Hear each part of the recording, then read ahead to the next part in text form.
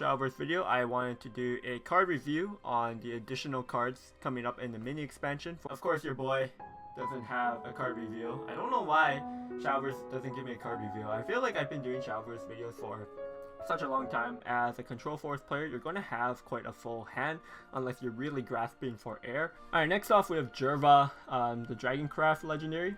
6 play point 5/5, evolves to 7/7 ward, fanfare. Give your leader a following effect at the end of your turn if there's no allied cards in play, excluding itself, deal 5 to a random enemy follower. If there's no followers in play, deal 5 to the leader instead. So looking at the leader effect that you get, it's actually pretty strong because you ramp into this card and at the end of your turn you're always going to be dealing 5 to an enemy follower, so you get huge tempo gains while if you ramp up, you give up a little bit of the early game, but you play this, and then when you play this onwards, you have like such a strong leader effect. So the effect on its own is very powerful. However, the condition is that you need to have no allied cards in play. That's including amulets.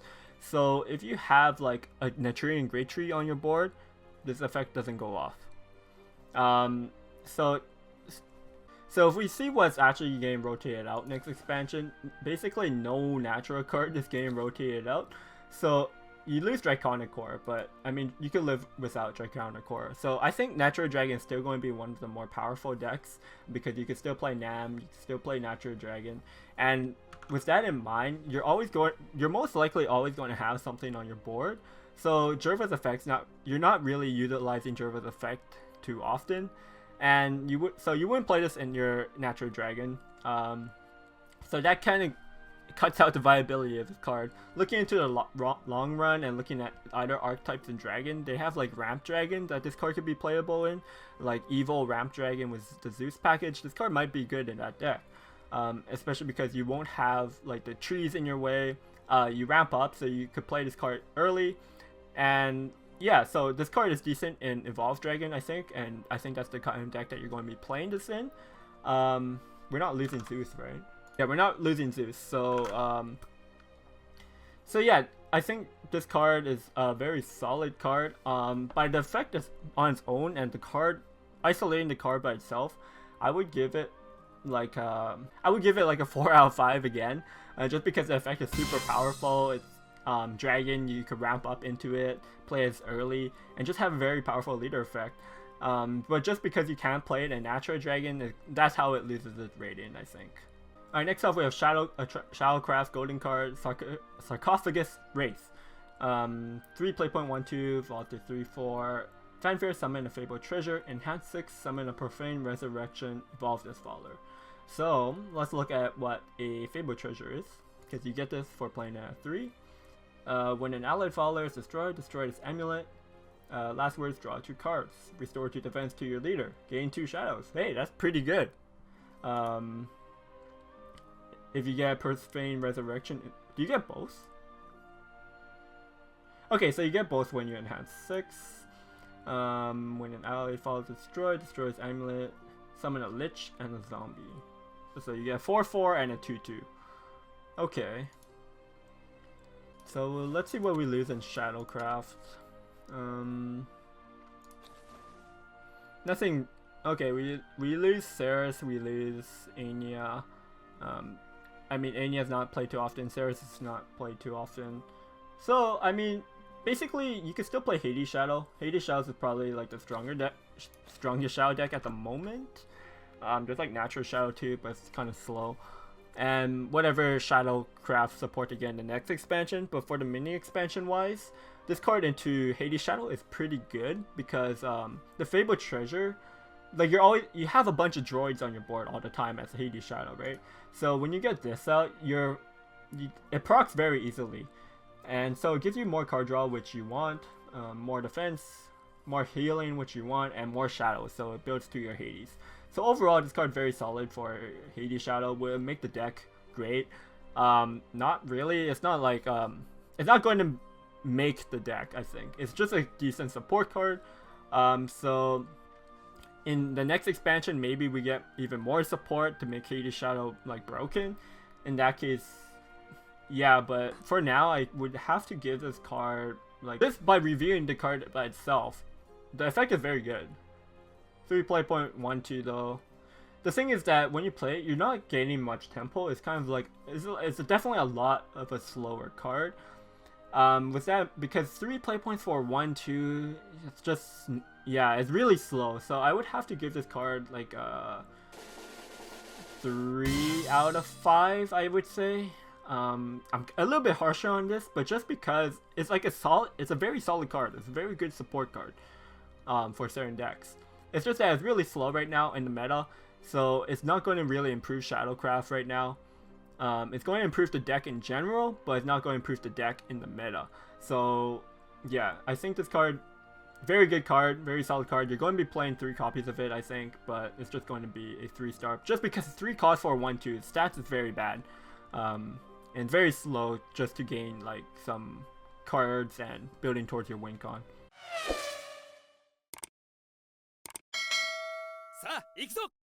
So next off we have the Bloodcraft Legendary Ruin Web Spider, 10 play point 510, evolves to a 712. It's a spider, crystallize 2, countdown 10. During your turn, whenever an allied amulet comes into play, subtract 1 from this countdown. And last word, summon the spider during your turn. The spider's effect is during your turn when this follower comes into play, all enemy followers can't attack until the end of your opponent's turn. Once on each of your opponent's turn, when the opponent plays a follower, it can't attack until the end of the opponent's turn. Evolved effect, same. It's the same ability. So this card, yeah, is a Natura card, and it obviously goes hand in hand with Natura because you play trees and it reduces the countdown. I would say, doing some quick math right now, you could probably get the countdown off by turn, because you're playing it on, say you play this on turn 2, right? I would say you could, if you're playing trees consistently, I think you're going to be getting this off on like turns 6, 7, around the range of 6 to 8, I would say, depending on how many trees you're playing. And early game, you don't really want to be playing too many trees anyways. Like, so kind of in the mid turns, you're going to be playing 1 or 2 trees, just kind of fit in your curve. So yeah, I think this, on average, maybe this card comes out on turn 7. The ability when it comes out is pretty good. If your opponent's board is already wide, you can also board lock your opponent. Like if it goes super wide on your board, and it's kind of like in the late game, and you play the spider, you just board lock your opponent. You could set up for your next turn. And the thing is, like, the other effect was once on each of your opponent's turns, so your opponent could play something small first to trigger the effect, and then they could play other stuff that could attack after. So there is a little bit of ways that they could play around it. But the body is very big. It's a 5'10". Very hard for your opponent to remove with followers, so they would have to have some kind of like effect, I think, to help clear the spider. Or they have to trade something into it and then use like a NAM to go into it. So like the body and the effect is pretty good. It comes out a little bit late, but if you're playing Natura Blood, you're kind of playing a slower deck anyways. Just quickly see what's coming out. Actually, so we're losing Machina Blood in the next expansion. This card wouldn't be played in Machina Blood for this expansion, for the mini expansion, so don't worry about Machina Blood. So think about Natural Blood and Burn Blood for this deck. Burn Blood doesn't play many trees, so it's really hard to fit this into like the more aggressive, faster Burn Blood. You would have to be playing the more slow, controlled Natural Blood that has all the burn package in it. Does it really help with your burn situation though? I mean, it's just a good control card. If you could lock your opponent's board or make it so they can't really do much on their next turn, and then you set up a 5/10 that could just hit him in the face, it could be pretty good. I saw, yeah. So when this card comes out, it's going to be like turn 7, turn 8 when you're trying to set up big stuff. Like if you could play this on, it doesn't really work with Neria because like Neria clears the board, Spider just locks the board, so they're kind of doing, their effects kind of clash. So I would say this, I'm going to give this card a 3 out of 5, 3.5 out of 5 for now. And that's really calling it safe. I think this card has the potential to be really good, because I might be underestimating the stat line, but I see this card coming out like kind of in the late game, so that's why I think your opponent should be able to deal with it with hard removal or various other ways. But yeah, I could be completely off about this card. This card could be a 5 out of 5 in the future, I have no idea. But for now, I'm going to say it's a 3.5 out of 5.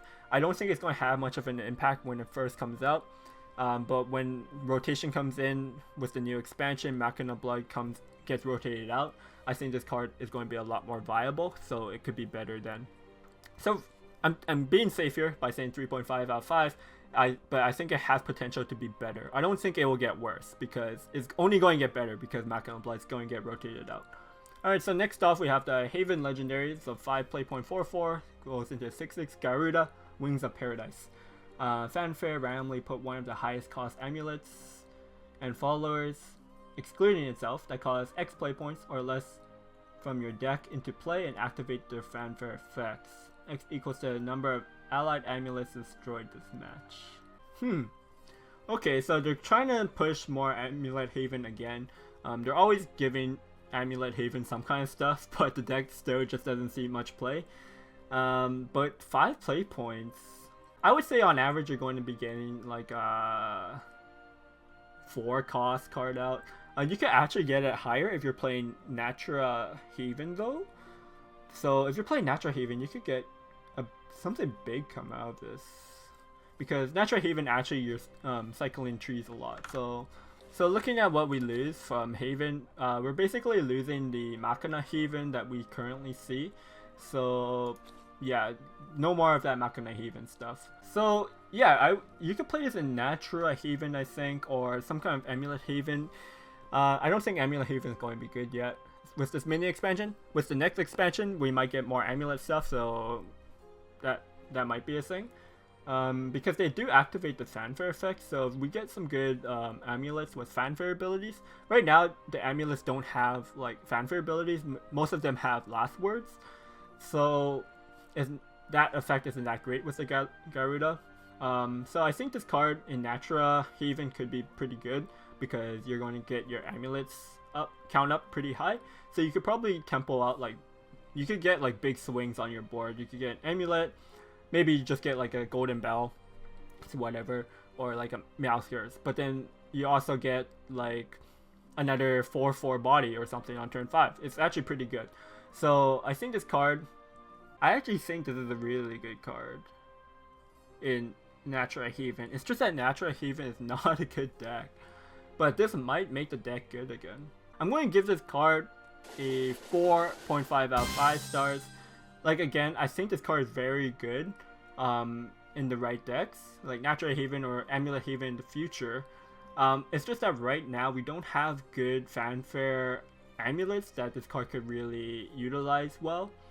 But it's a very good tempo card, and I think you would be running 3 copies of this card in your decks that could support it. So yeah, I'm going to say 4.5 out of 5 for now, just because there's no really good amulets. If we get good amulets that this card could pull out, then I think this card could be very powerful.